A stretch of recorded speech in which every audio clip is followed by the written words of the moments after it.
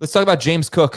James Cook scored 16 touchdowns. I gave this stat that James Cook is only the second running back in the last 8 seasons to lead the position in rushing touchdowns. He was tied for the lead. Lead the position in rushing touchdowns and finish lower than RB5 per game. He was in PPR. He was QB. He was RB11 per game, 8th per game in non, 10th per game in half, 11th per game in full PPR. This is James Cook, and he did that with 16 rushing touchdowns and 2 receiving touchdowns. Heath, when should James Cook be drafted? This one is painful to me, obviously, because I was a huge James Cook backer last year, and he kind of did it in a way that I didn't really expect. I'm still okay with him at the 3-4 turn, but that if you were going to put a guy's face on a regression article, James Cook would be the guy's face to put on that article. He actually had fewer rush attempts per game last year than he did in 2023. He actually had fewer receptions per game than he did in 2023. This was a full-blown committee with him leading it, but way too much Ty Johnson and or Ray Davis. And the volume's just not there to sustain anything close. He had 4 rushing touchdowns. He was on this show last year. He had 4 rushing touchdowns on 326 career attempts coming into the year. He had 16 rushing touchdowns on 207 attempts last year.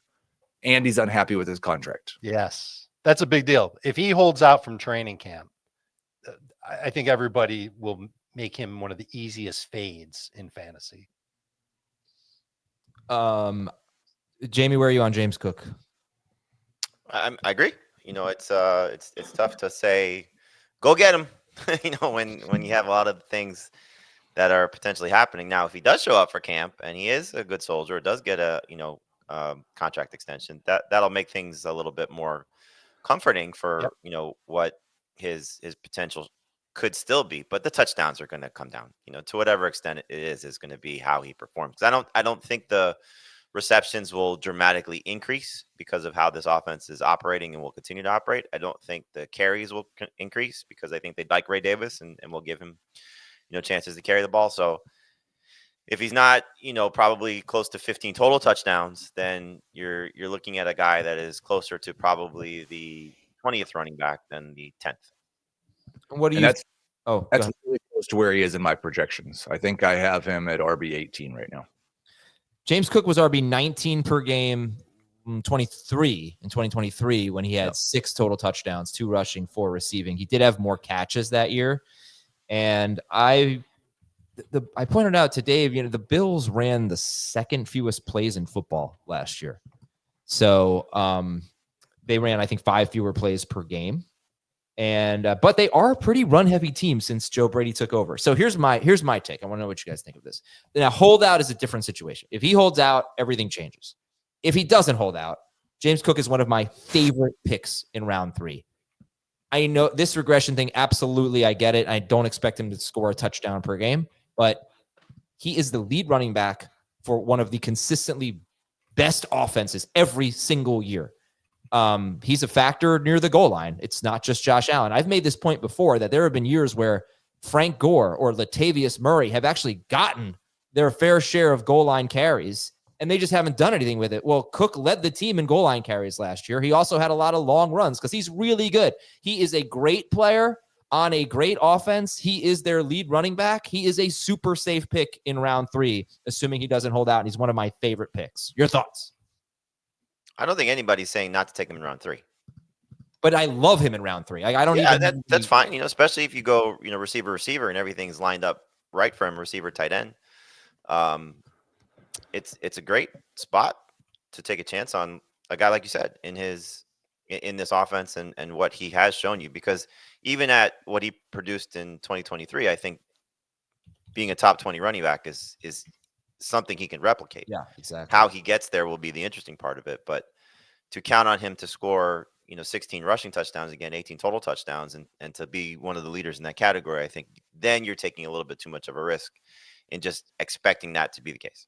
If I guaranteed you his exact same total yardage and catches from 2024, but half the touchdowns, so he goes from 18 to 9, are you still taking him in round 3, Adam? No, round 4. Okay. He's 13.3 PPR points per game on 16 games. That's what he played basically. And that's if his touchdowns come down by half. That's not a round 3 guy. I don't think that's a round 4 guy. He needs the touchdowns, and I don't think he'll get them. I think your argument about the lead back on what is one of the best offenses in the NFL is a good one, but you have to put it in a little bit of context. He had 42% of his team's rush attempts last year. He had 46% of his team's running back targets. Yep. Yeah, no, I don't know why the targets of the snaps. The targets going down was a little bit of a concern, but he had most of the running back carries. He had about 2/3 of the running back carries, I believe. But that doesn't matter if you have a quarterback that runs the ball 115 times. I'm not really so worried about this. I just feel like we're overthinking it a little bit. We want lead running backs on great offenses. And the fact that he scored 6 touchdowns in 2023 and was RB 19 per game, that tells me that he's got a really good chance of being a top 15 running back. By the time you get to the end of round 3, you're probably somewhere around RB 15 in ADP, right? So sure. We always talk about drafting a guy at his ceiling or his floor. If we're drafting James Cook as RB 15, again, assuming there's no holdout, I think we're drafting him pretty close to his floor because he would have to have like a 6 touchdown season to be worse than that, in my opinion. Or a 9 touchdown season. Like I said, if it's last year's workload, then a 9 touchdown season would do it. Because there was a big drop in his catches last year. It was. And listen, I love James Cook. All I did last summer was talk good about James Cook. So I'm not questioning his talent. I think he's awesome. Right. I don't love the way they're divvying up touches. Yeah. They also had a lot of blowouts last year. And I think that probably I would anticipate they have a lot of blowouts this year. I would. Play in the AFC East, and they're awesome. He had 4 touchdowns of 40 or more yards. That's good and bad, but he'll get more carries if he doesn't keep breaking away long runs. But I don't know. I think again, I can't sit here and accurately predict his catches or his touches or whatever. I just know that I want the lead running back of the Buffalo Bills, especially because he's awesome. He's not just. I think just to sum it up with what Heath said, the latest you'll probably try to draft him is the 3-4 turn. My guess is his ADP is going to be somewhere in the middle of round 3. It is currently 35th. So. How about that? And you know what's interesting? And this is just the early CBS ADP, super early. It's 35th, but the running back ADP before that, Chase Brown and Bucky Irving, they are 24th. So right now, James Cook, Joe Mixon, Ken Walker are all going at the 3-4 turn. And there's nobody being drafted in between the 2-3 turn and the 3-4 turn at running back. It's Chase Brown, Bucky Irving, a whole round, James Cook, Joe Mixon, Ken Walker, and Breece Hall a couple picks later. It's not that many drafts that we're talking about here, but I just thought that was interesting.